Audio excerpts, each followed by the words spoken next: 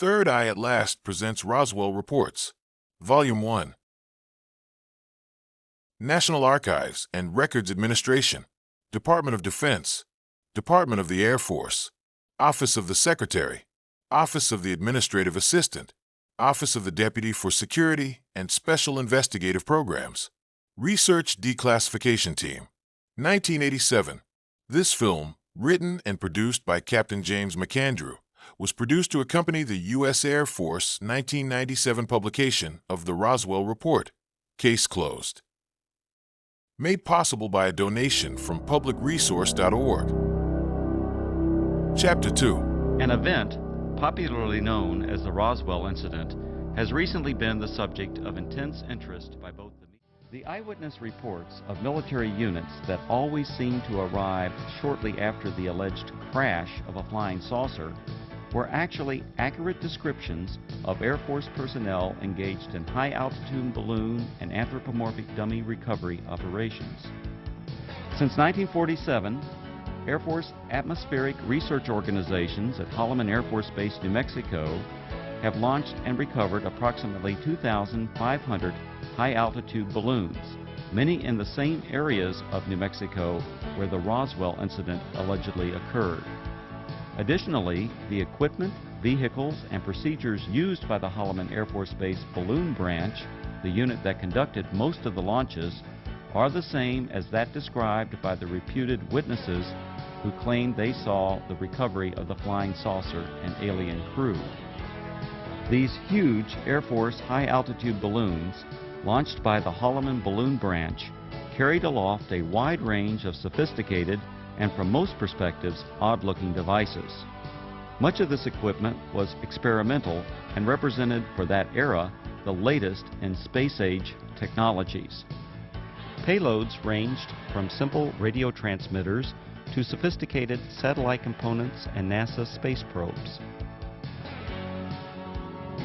In fact, qualification trials for the NASA Voyager Mars and Viking space probes were flown by Air Force high-altitude balloons during the late 1960s and early 1970s. Ironically, these balloons were launched from the former Roswell Army Airfield, site of the originally alleged 1947 incident, and recovered on the White Sands Missile Range over 100 miles to the west.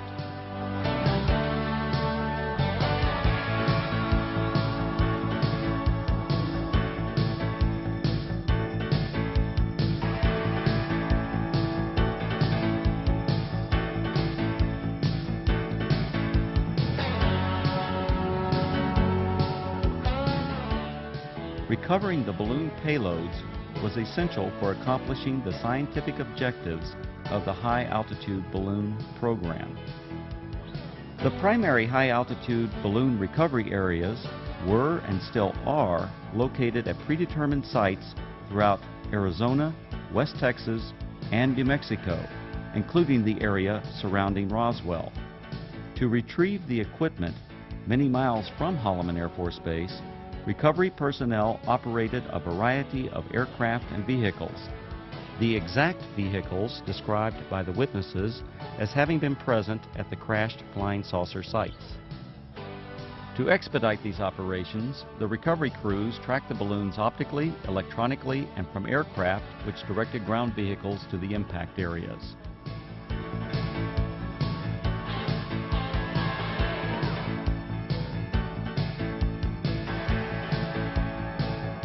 In several of the Roswell accounts, unsubstantiated allegations asserted that military personnel who retrieved equipment from rural areas of New Mexico intimidated and threatened civilians on the scene.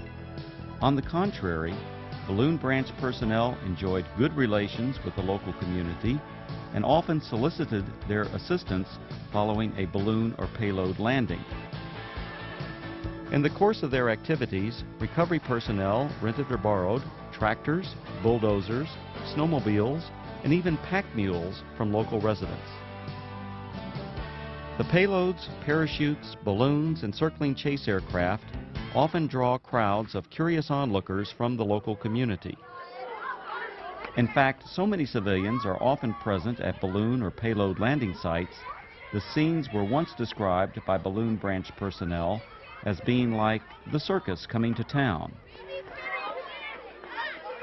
Here's what it looked like this afternoon, floating from east to west over town. It was way up there, all right, some 25 miles over our heads, the Air Force later told me. The giant helium-filled balloon eventually collapsed, falling to Earth like 1,000 pounds of cellophane, landing on the Gila Indian Reservation southwest of Phoenix. A short while later, we spotted this, a large parachute, perhaps 100 feet across.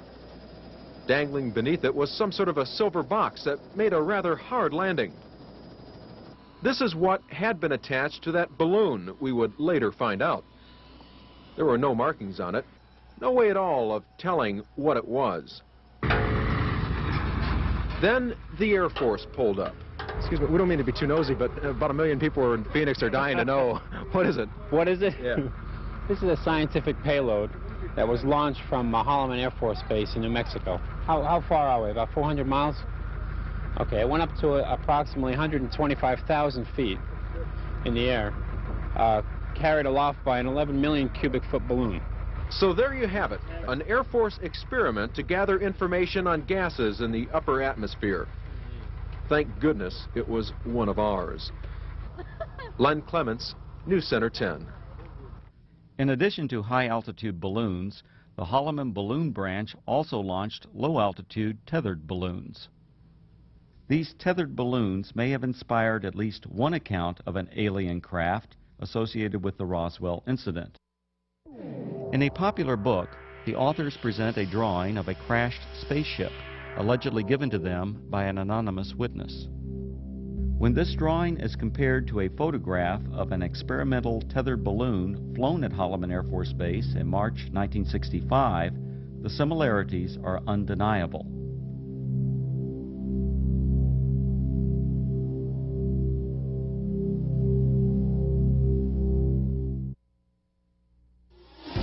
The red-headed captain was probably Captain Joseph W. Kittinger, Jr.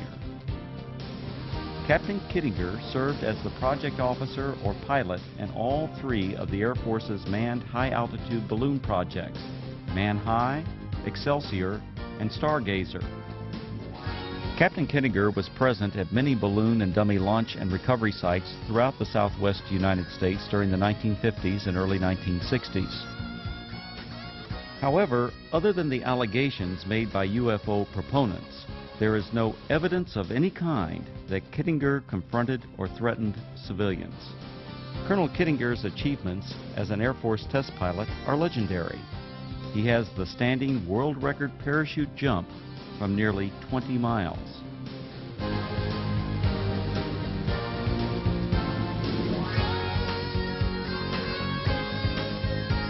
Later, he went on to serve 3 combat tours in Southeast Asia and is credited with an aerial victory while engaged in combat over North Vietnam.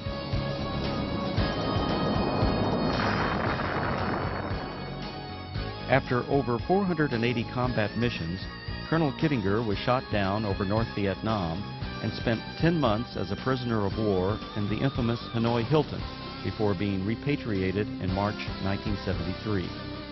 Colonel Kittinger made history again after retiring from the Air Force. In 1984, he accomplished the first solo crossing of the Atlantic by balloon. The final and most disturbing conclusion of the second Roswell report is the apparent exploitation of Air Force members killed or injured in the line of duty to perpetuate the alleged sightings of alien bodies. Claims of bodies at the Roswell Army Airfield Hospital were likely a combination of several aircraft accidents and an unusual manned balloon mishap. One aircraft accident occurred on June 26, 1956. 11 Air Force members died when their fully loaded KC-97 tanker aircraft experienced a propeller failure 4.5 minutes after takeoff. The crash site was approximately 9 miles south of the former Roswell Army Airfield, renamed Walker Air Force Base in 1948. The badly burned bodies of the 11 crewmen were identified and processed at the Walker Air Force Base Hospital. The alleged claims of bodies at the base hospital can be traced to a single witness whose descriptions closely match the condition and the circumstances under which these victims were identified. Furthermore, claims of bodies attributed to specific Air Force personnel are unsubstantiated. Some of these individuals were not even present at Roswell Army Airfield in July 1947. The balloon mishap occurred during a low-level training mission for backup pilots in the Project Excelsior high-altitude manned balloon program. This unusual accident occurred approximately 10 miles northwest of Walker Air Force Base on May 21, 1959. One of the three crewmen, Captain Dan D. Fulgham, now a retired colonel, was injured during landing. Following the mishap, Captain Fulgham and the other balloon crew members were transported to the Walker Air Force Base Hospital via a chase helicopter that followed the training mission for emergency purposes. Upon arrival at the highly secure Strategic Air Command base, the balloon crew was met by armed Air Force security personnel who remained with the crew until their identities were confirmed. As the Excelsior project officer and instructor pilot for this mission, the red-headed Captain Kittinger accompanied the balloon crew to the hospital. At the Walker Air Force Base Hospital, Kittinger and Fulgham were apparently observed by individuals who later related this unusual incident. Elements of this actual event now appear to be part of the Roswell story. Captain Fulgham was treated for an injury that caused his head to swell beyond its normal size. The injury, described as a traumatic hematoma, was not serious. On a specially arranged flight several days after the accident, Fulgham returned to Wright-Patterson Air Force Base, Ohio, where he made a complete recovery. Fulgham went on to distinguish himself as a test parachutist and physiologist for the space program. He later flew F-4s in Southeast Asia, adding to his combat record as a fighter pilot during the Korean War.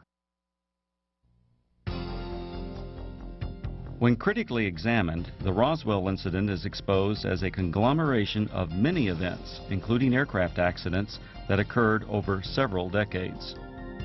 Misidentification of anthropomorphic dummies and experimental balloon-launched devices, combined with Air Force balloon operations portrayed as mysterious flying saucer and alien recovery teams, transformed verifiable events into what is now known as the Roswell incident.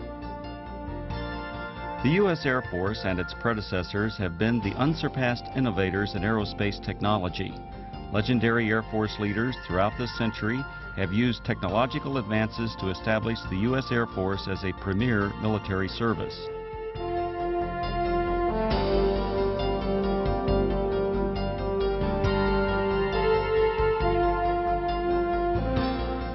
The facts presented in the reports examining the so-called Roswell incident did not reveal it to be a dark secret or government cover-up as persons unacquainted with Air Force technologies proclaim.